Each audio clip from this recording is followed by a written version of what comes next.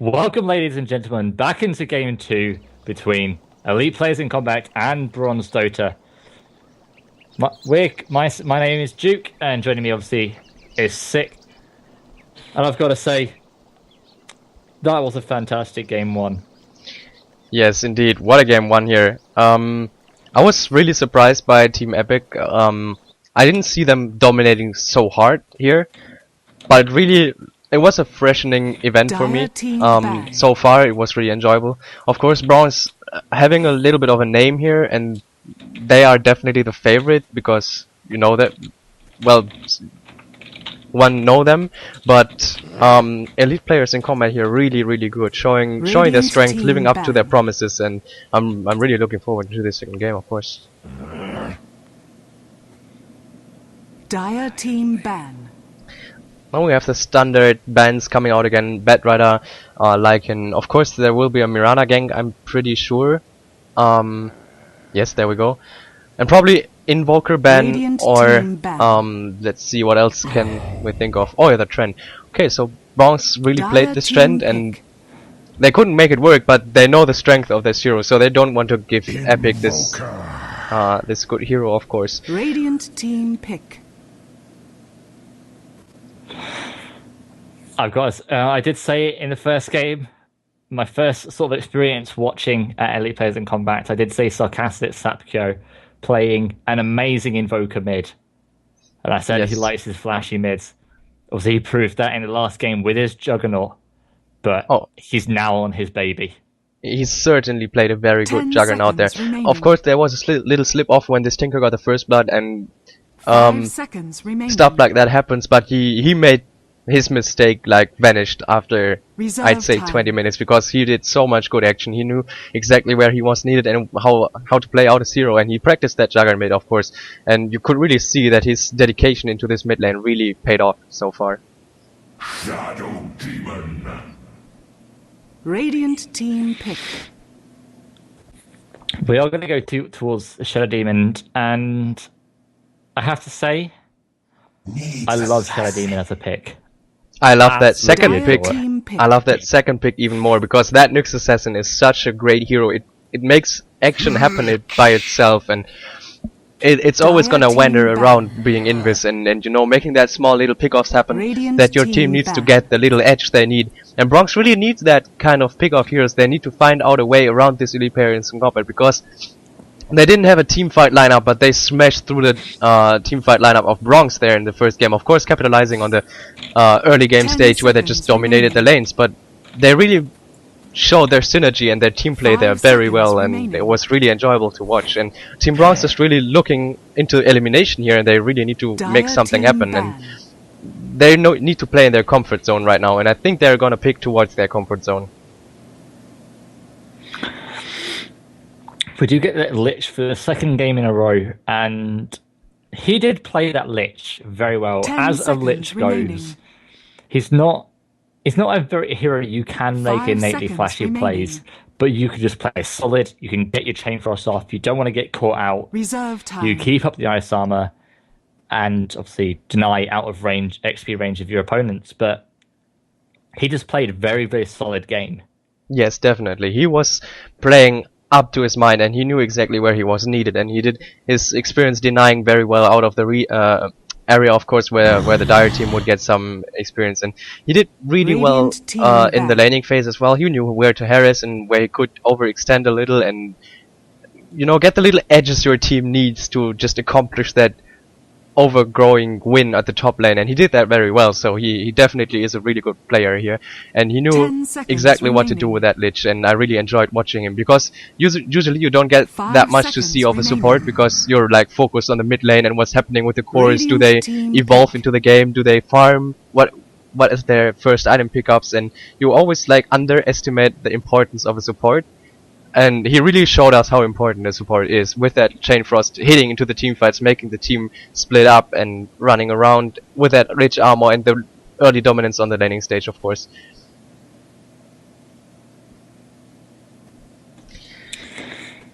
The bans from both teams obviously progressing through these picks and bans. Obviously, we get the 5 Weaver and the seconds OD remaining. and the Viper and the Doom. So no lone druid ban.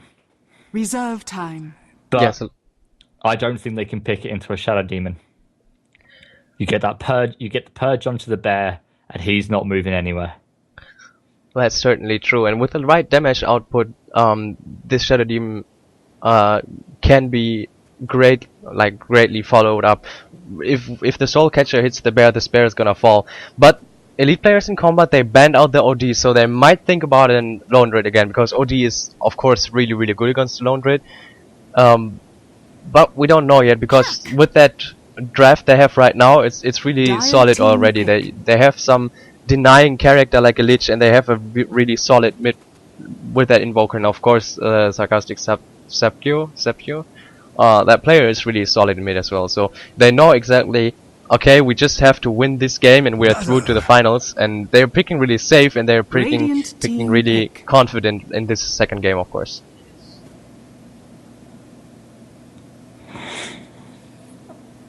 I've got to say, I am very happy with the draft currently up for bronze. You've got the puck, you've got the Nyx Assassin. The pick-off potential is just absolutely immense.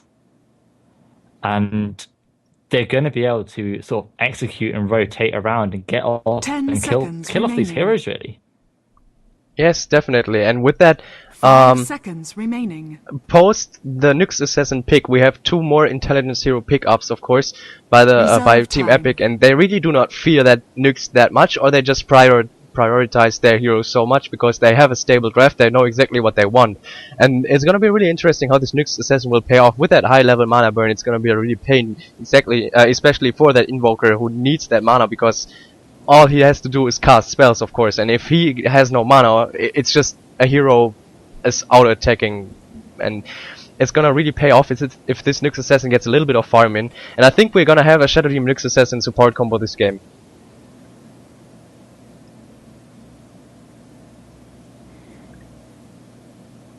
You can really line up greatly the disruption into the Nyx stun, of course, with your soul catcher.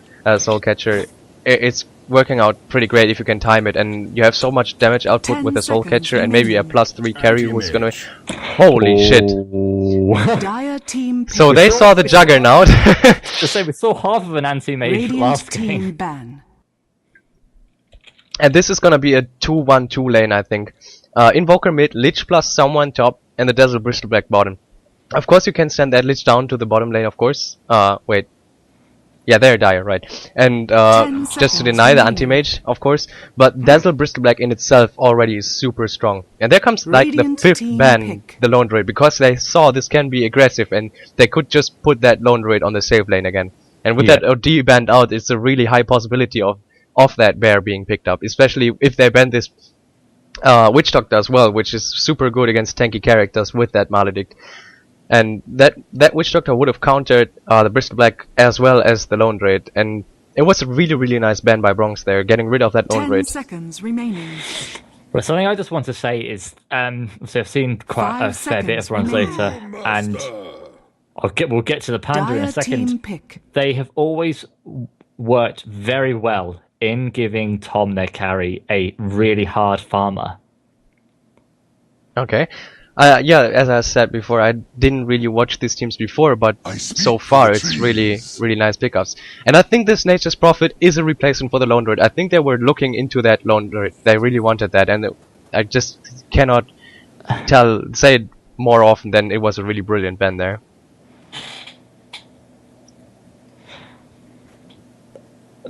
Right, looking at this game, there is a lot stronger draft coming the way of bronze. There's a lot that can go wrong with Epic's draft, obviously with the Nature's Prophet. Prepare for battle. And are they planning to run an aggressive tri-lane with the Dazzle Lich Bristle?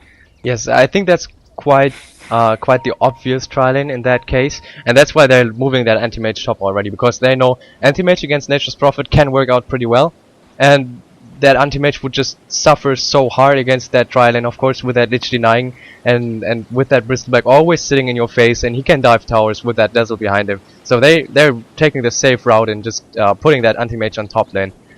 Yeah, I've seen this actually. the game I've actually played up against Bronze, we actually played up against his anti-mage, and we wanted to aggressive tri-lane it to catch him out, and they read into that very quickly and just sent up the anti-mage onto the off lane. And that's a team very perceptive, like sort of with what's going to happen. And Epic already used the trends to scout out the lanes. They know of this this possibility of this anti-mage going top, but they didn't see the anti-mage because he was hiding very well up here in that little corner to just hide the lanes, which is a really nice move by them. The interesting part is, are they going to aggressive try lane this and put the puck on solo lane? That could work out. It's just gonna be interesting. Oh, with that invisibility rune, there could be a level 1 gank in mid, and this could be really deadly. And there is absolutely no chance of the Invoker living through this. If they timed this correctly, this Invoker is as dead as it comes. Yeah, I have to say that okay, there we go. And now then we're gonna get the clap. And then into the impale. Oh, nice dodge there! But still, he's not gonna live through that. What a nice start for Team Bronx here. They really needed something to step onto this game, and this Nature's Prophet just realized he's playing against anti-mage. And we're gonna see maybe a rotation by the supports going top, or even a whole tri-lane removing themselves from the bottom lane.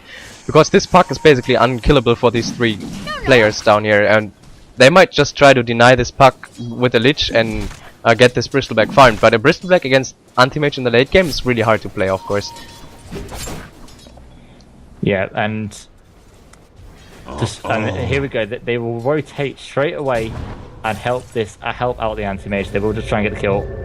Very brave. Oh, the TP there.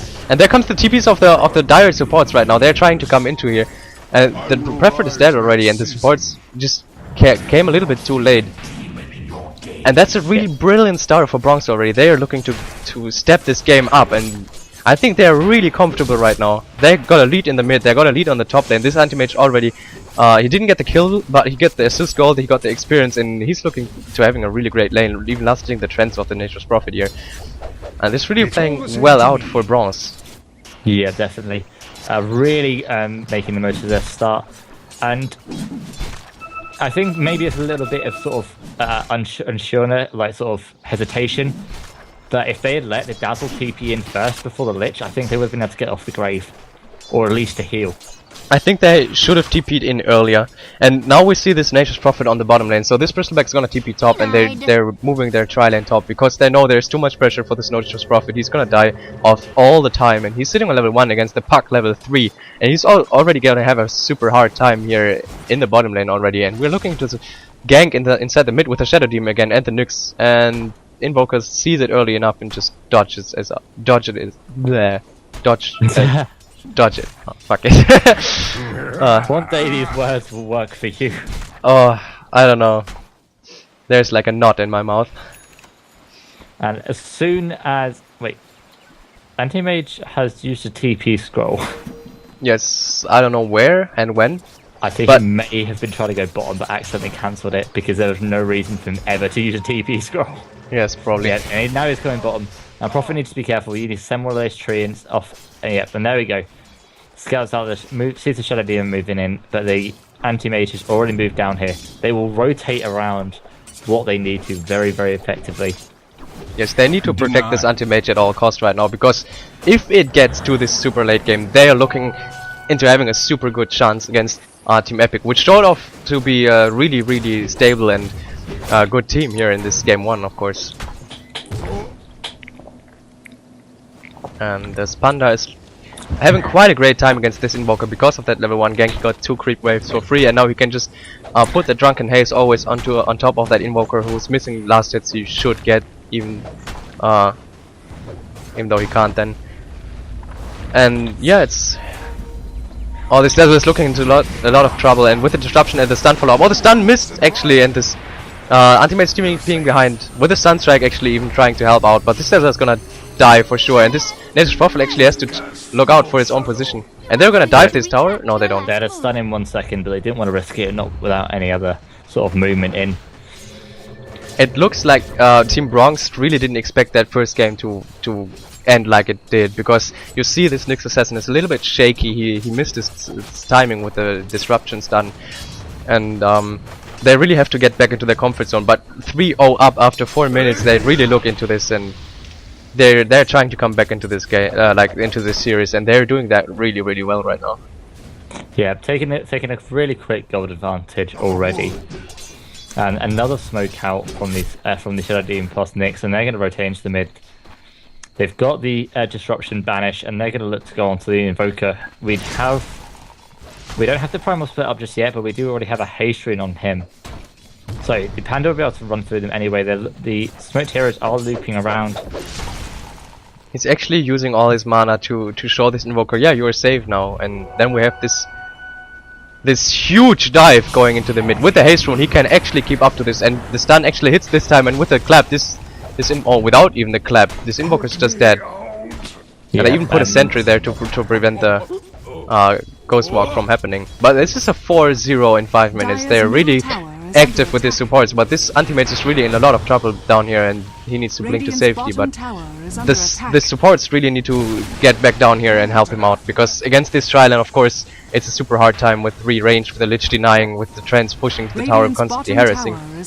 Yeah, I've got to say that although the Epic are starting to they're having really trouble with their Invoker in the mid lane, they have rotated their supports very well to sort of hinder what Anti-Mage can get. It doesn't matter if the other heroes are ahead, because they've got the Bristleback, they will be able to start charging down these towers, pushing them all down, especially with the Nature's Prophet, and the Anti-Mage will be really pressured.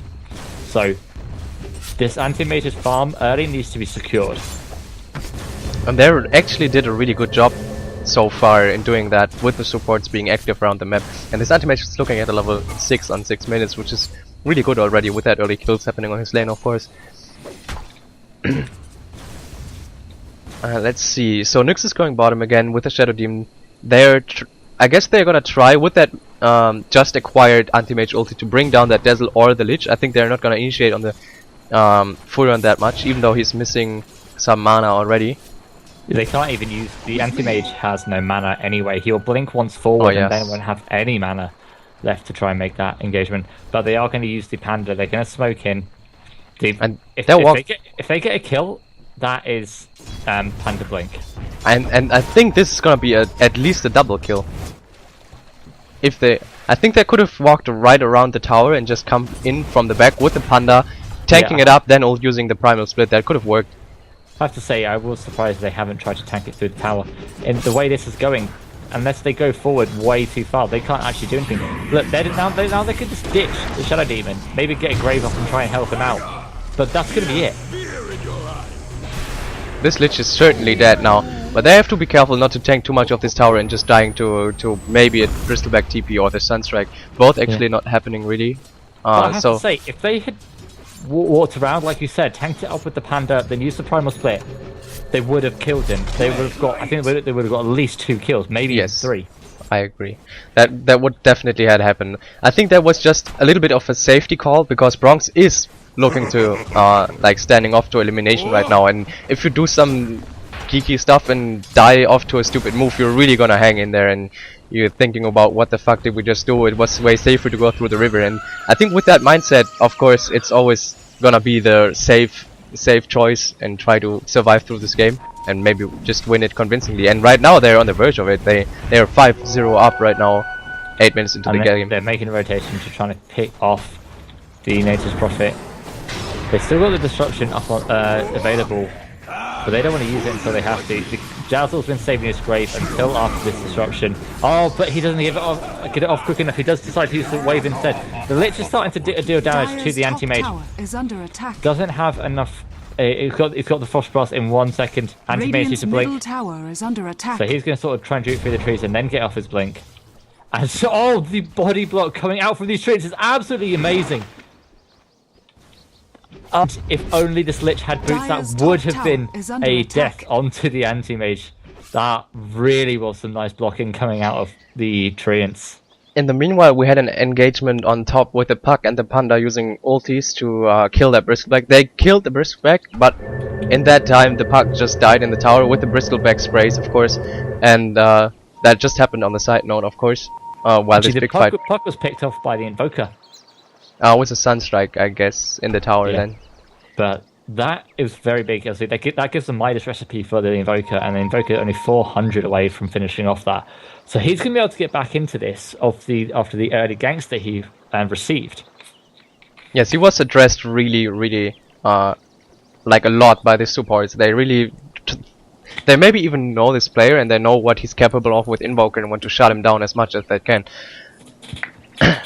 And with that trade on the bottom and the top, they actually came a little bit back inside the goal graph. It's not much, but it's like 400 maybe. But the XP graph just shows what happened there. So we can take a quick look at the items right now. We don't have that much of an impact item right now, just the Blink Dagger by Steve, which is so huge. He picked it up I think 1 minute ago, which is minute 8 or close to minute 8, and that's a huge blink already. And he can make a lot of action with that right now. Yeah, the Blink Dagger, which he's going to be able to use, he might be able to get a Blink clap off into the mid. Needs 10 more mana.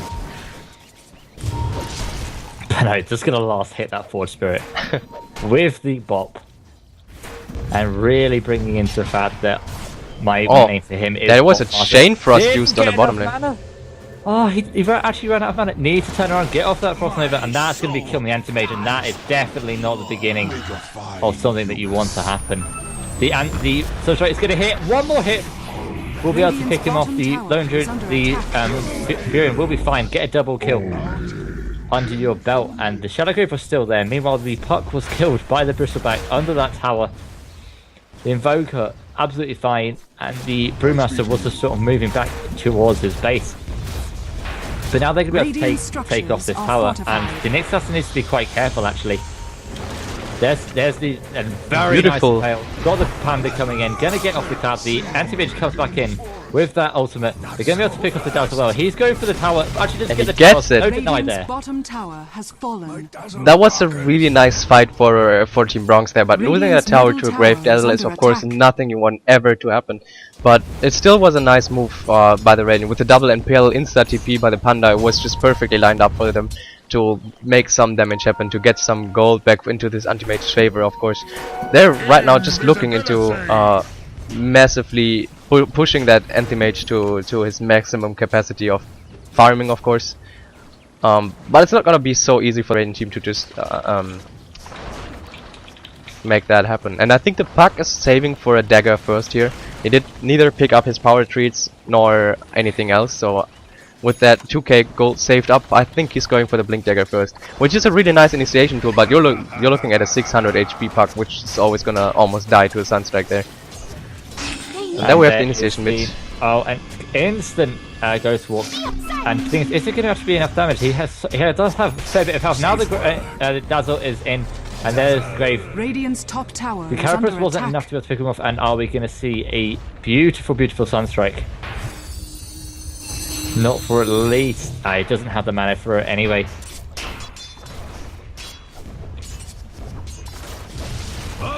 And then we have an initiation with a blink from the Panda with the ultimate happening right now. This Lich is certainly dead, and there's a TP coming in from the Wristwreck. He actually interrupted it, and this Lich is just not dying with the Dazzle Grave and the Weave and the Frost Armor, but in the end they were able to take him off. And there's a Sunstrike coming in and just closely missing that Puck. Now with the TP supports coming in from the Furion and Invoker, they're trying to chase down this Panda, but they're not close enough to get that. And meanwhile, Bristleback takes the top tower and is happily farming even when his team dies. Yeah. The thing is, what we're seeing here though is just how much farm this Bristleback is going to get. Now he could just join the fight, and he is just going to be too tanky for them to deal with. He has 1300 health. He's got a Vanguard. He's got treads. He's now picking up a cloak. Going to be trying to move it into that hood, I imagine, even into the pipe. And that nice deny. Yeah, he's gonna pay for that. Oh, nice disruption there. Oh, nice triple stun there. This Panda is surrounded though. He's not gonna get out of there. Oh.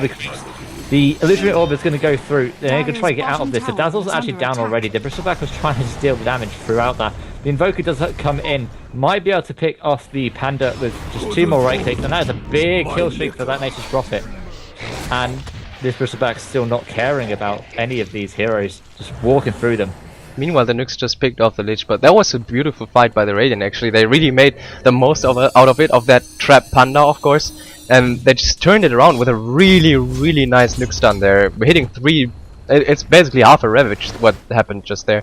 But even though this was such a beautiful play by Bronze, it's still that Epic is quite coming ahead of this. They killed the mid player, lost Lich and Dazzle, and they got the tower. Oh no, it got denied, right? So yeah. The thing is, 3 towers, all tier 1 standing, all tier 2s lost.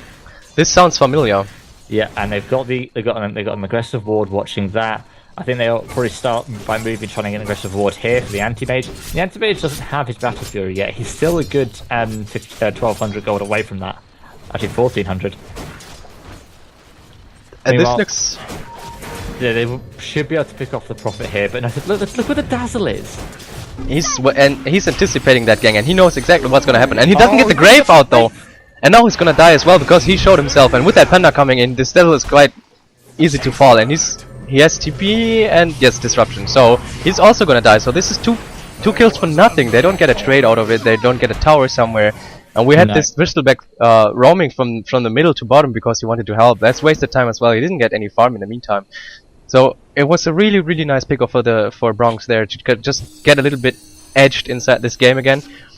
We have a really nice offensive ward there by Epic to see who's rotating where and how to react to that, of course. And we have a lane ward down here. I think it was placed prior to the tier 1 tower kill bottom. Yeah, but we really have some nice vision there by the Dire team. We have basically this whole area covered somehow. It's really nice. Bottom tower it is attack. very nice coming out from Epic.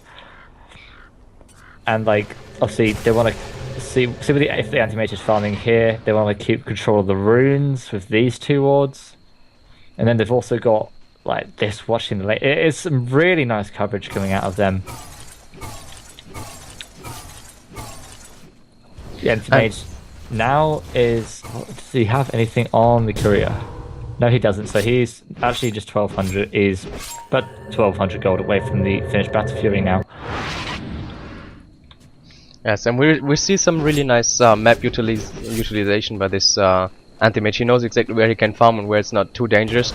And that's basically just 4+1 how it's written in a book. Like, you know exactly this anti-mage needs to farm and do his stuff while the team tries to get some pickoffs happening. Especially with that Nukes and the Puck and the Panda with the daggers and everything, that's certainly possible. But Epic know exactly how to play against that. They know we need to stick together, and we have an initiation in the mid lane with the coil and the blink, and this Furon just melts down. But they don't know about this Roshan happening in the meantime. Yeah, they trade the Fury and for a Roshan. They had already put in the treants and had 4 spirits in here, so they're just trying to deal away the damage there. I think they baited this Furon. They knew exactly if the Furon shows himself, they wouldn't suspect this Roshan. And I think they just paid that Furon death with a Roshan. Yeah, and we do get the Aegis onto the Invoker. He's going to go back up top. He's going to get off that. He's start using that Midas more. And he's going to be having his Necrobook fairly shortly. And he's recovered very well from that early game he was having. The most interesting fact right now is the gold graph. I think we're sitting at double kills for Bronze, but they're still behind in gold because of that 3 towers missing. Because of just, if you look at the creep kills, it's not much that the Dire team has more. It's basically just the towers that are missing. And if somehow Bronze wins the fight and then capitalize on it by getting 1 or even 2 towers. They're trying to go onto the Invoker at top. Where is the support from the Dallas and Lich? They're already moving in. And Aegis is out. But there's the supports coming in now. Did that Aegis pop? I really wasn't expecting that to go down that fast. So they popped the Aegis. And I have to say that was a very quick trade for them. Yeah, that was really great. And you see just one mana burn just drained this Invoker to almost half. he just used Ghost Walk and nothing else, and he just is half mana already. So this Nyx can basically just show up where the Invoker farms, give him 2 mana burns, which has 4-second cooldown on max level, and this Invoker basically has to go back, because with just auto hits, his farming capabilities Steve are... is going to run into the Nature's Prophet. It's going to instantly TP out. No sort of hesitation about that, saying, right, he has no stuns. I don't think that any of the stuns are close enough, so boom, TP out. Completely safe. And we see this Really dual ward there. Right, sort of understanding of the heroes there. Yes, it's basically what your brain tells you. Oh, Panda, TP. And even if the Panda would have popped the ultimate, until the Pandas actually show, like, are there literally, and you can use their stuns, the TP is already done. So it was, you know, in pubs sometimes it happens that the Panda then hits his ultimate and tries to, like, oh, I'm gonna interrupt this TP, and then it's basically a waste of ultimate. So nice he didn't just use it there in this situation. But with this Nyx is already going for some fishy stuff. Do they have a gem? Do they have wards for that Nyx? They have 1 sentry on the Lich, and they have 2 sentries on Dazzle, and they're gonna place some sentries here. The first sentry is already out. And they placed a great situational ward up there and see, so nothing fishy comes from above. They put the Dazzle the weave on themselves. They don't bother about putting it forward. And Anti-Mage is just need to be able to take this a beautiful stun onto the Furon with the Dazzle Graves, though he's saved, and the counter initiation by the Panda with his ultimate jumping in. The Lich is welled up, so there's no Chain Frost right now coming out. This Bristleback just tanks away everything when the Chain Frost is casted on the Puck, and he's dropping really low. Meanwhile, the Nyx takes on the Lich, and Puck falls in the meantime to the Invoker, and it's really hard to keep up. The Dazzle dies to the Panda, they're blinking on top of him, and now the chase is on onto this Invoker. And with the Drunken Haze, and yeah, okay, he just popped the ultimate there, and this Invoker just melted down. So that was a great team fight for Bronze, and they even got the top tier 1 tower, and they didn't lose the tier 2 in mid. And there goes the Bristleback down. He tanked quite a lot, but yeah, in the end it's just not enough. And it was like a 4-for-1 trade. I think the Furon TP'd out in the grave. So that was exactly what Bronx was looking for. And now we can just wait like 10 seconds and check the goal graph again, and we see what's happening there. Yeah, I think now that we have the Blink Dagger on Nyx as well, it's going to get even like harder for them. Exactly. With that Blink Dagger, you're almost certainly hit your stun for sure, because the surprise element is really hard. So mid tower just ended up going down just to the creeps. Yes, and this Anti-Mage has a Yasha now. He has 2.4k gold. He's gonna buy the Yasha for this Manta style already. Or maybe the ultimate orb, depends. Since there's a lot of spell damage coming out, he might just go for the ultimate orb first to get that extra strength. Because armor from the Yasha doesn't give you that much. And this Nyx is smelling a Furon in the woods. And he can kill him. Also, Furion being an intelligence hero, it's going to take so much extra damage from that mana burn. And there he goes. Just melts. Him.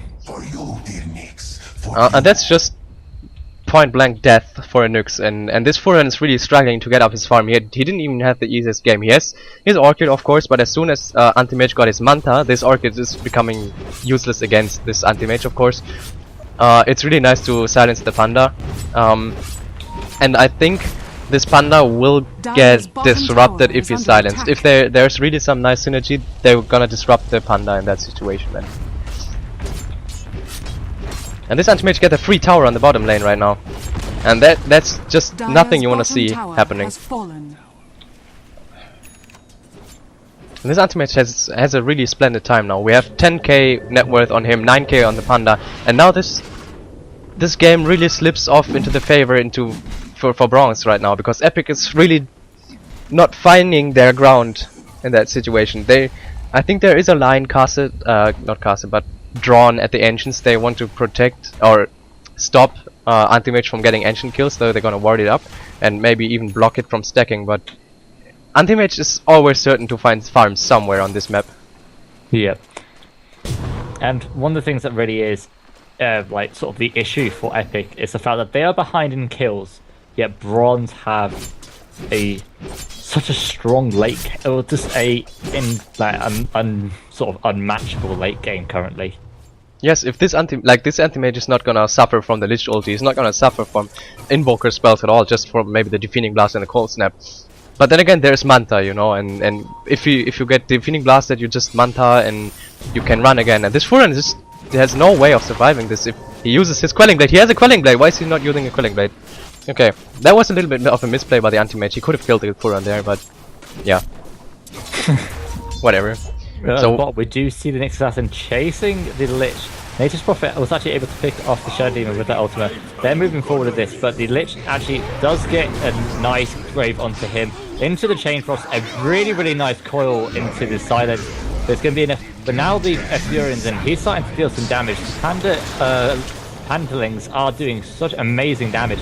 But all of the heroes are still alive. They need to try and get a stun onto the Invoker, but no, he goes down straight away. Bristleback's now back into the fight. That Panda, the Tornado did so much for them. It was absolutely unreal. It sent up the Bristleback, I think, twice during that fight. and they dedicated so much in order to get this Shadow Demon kill, so they could like focus down the anti-mage while he's orchided. And then there was just not that follow-up, and this Nyx is already going towards that Furion right now. He saw it, it's a really easy kill for him, and he's gonna pick him up right away. He's gonna walk... Playing the mind games. Yeah, and dead. He's even pinging it. He's like, you guys, you know, there's Nyx. Hey guys, kill cam this. So Bristleback is this. What Panda does really well is he's whirling up the Bristleback. So this hero is taken entirely out of the game for the meanwhile of the fight. And in this fight, this Bristleback is the most found hero for Team Epic, and they're really controlling him well in the team fights. And that gives this easy looking team fights towards Bronze right now, because the Bristleback is not dealing any damage right now, and the Lich Chain Frost was casted on the Nyx Assassin but didn't jump off because the Nyx was quite far away of his team. And then Antimage just TPs in to finish everything off with the Mana Void cast on the Invoker, who was, I think, 3/4 full, and you just melted immediately. Yeah, and this obviously we've got the Agdams up for the Panda, so the double Thunderclap, so there's already a stupid amount of damage coming out from there. Then he starts critting on the Fire Panda. Yeah, and that's when things get really dirty. When this Panda starts to control every team fight, and the anti-mage is not even that useful, like that needed, then it's gonna be really hard for the Dire team to come back into this game, because this anti-mage is already sitting on Manta and Battle Fury and has his Cautial Vitality booster for his heart. They don't have the power right now to bring down either Panda nor anti-mage in this setup right now, and this Nyx is just driving around trying to find some kills. Every time his Vendetta is up, he's like, oh, there's a Furion, nice, oh, there's Lich, nice, or Dazzle, or Invoker. He's basically, there's 4 intelligence heroes, and so easy for this Nyx to just find the kills, because you have so much chance to find some hero of them, and you can basically kill every of these heroes.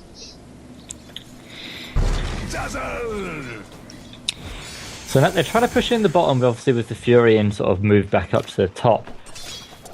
The Furion, the problem at this point is that obviously how far the Furion is pushed, like how far the anti-mage pushes in, he'll just TP back into the fight, be able to help out after most of the spells are expended. Structures are fortified. And then just sort of, then the Furion has to follow, but the Furion can't do as much. There was a nice mana burn used on the Panda, so he has to bottle up eventually to get his Primal Split mana back up again. And the Furion TP down here to find the Nyx actually in a really bad position, and he just melts down immediately. Yeah, and they're going to trade tier 2s right now, because obviously anti-mage is very easily going to be able to get that other one. Bristleback playing very smartly, just sort of running at them with no fear in his eyes.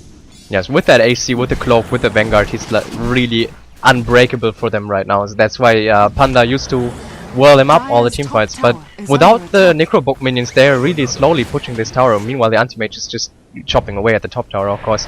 Yeah, but I think they go on to the Bristleback, then start taking out a big coil into the Silence from the puck. That is not what he wants to deal with. There is the Bristleback going up into the air. The Meteor just fly down onto the Shadow Demon, while the Bristleback still trying to fight his way through this. Prophet is TPing back, so he's going to be able to get out of this. Bristleback might be able to walk his way away, but the anti-mage is now in-house. And this Bristleback is gonna fall so much now. He cannot, even the Manta block there to stop him, and then the Mana Void, because you know you can use it when everyone else is dead. And yeah, they didn't get the base tower, neither did Bronze, of course, but it was just every fight happening now is just going in favor of Radiant, and with that fight being won by Radiant, with that anti-mage in your team, And you're now really... with the next assassin. Yes, that's exactly what I was talking about before, because you see an intelligence hero, oh great, I have a free kill. Now we get a panda blink in, obviously with the boots of travel, and Furion just can't actually split push at the moment. That's the problem. He cannot be anywhere like in vision, and he gets a Shadow Blade, and the next Nux gang onto this Furon will probably fail if he doesn't realize that he has a Shadow Blade before. But still, then it's just a 40-second cooldown spell, or 60 seconds right now. Oh, and so Bravery coming in from the next assassin.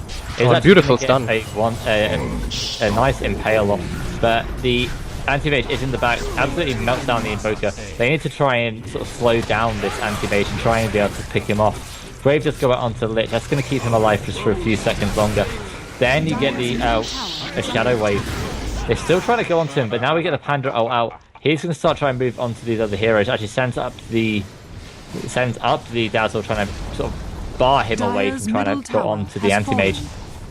But that's basically a wasted Panda ult in that situation. So really for the next fight there is no Panda ulti being up. But then again, it's just this anti-mage is sitting on a heart. I mean, this Bristleback can maybe deal some damage, but what damage really that's gonna be? And then a nice blink in with the slow just to keep this keep the Bristleback away.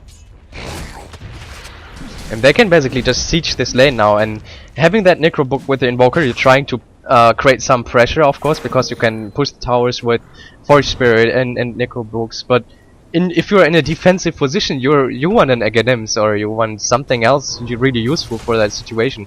They felt ahead, I think, in the early game. That's when he said, okay, Necro Book and seal the deal, go for base and kill. But in that situation, Anti-Mage already found quite a lot, and now it's gonna be really hard for that Dire team to come back into this. Well, actually, they are making initiation onto the Bristleback. He's taking so much damage. They're only attacking his back. There we go. They managed to get rid of the silence. Now a bigger silence coming in from the Puck. Actually got it on the Invoker and the Dazzle. The Grave wasn't enough to be able to get onto the Bristleback. Now all the spells going on to the Invoker. A Sentry Roar to try and see through the Ghost Walk, and that is enough, and they're going to start taking down this. Oh, the Shadow Demon accidentally took down the Necro Book minion with his Shadow Poison and died to it. But apart from that little funny fact, the Bronx is just rolling over Epic right now. There is no way to defend this anymore for them.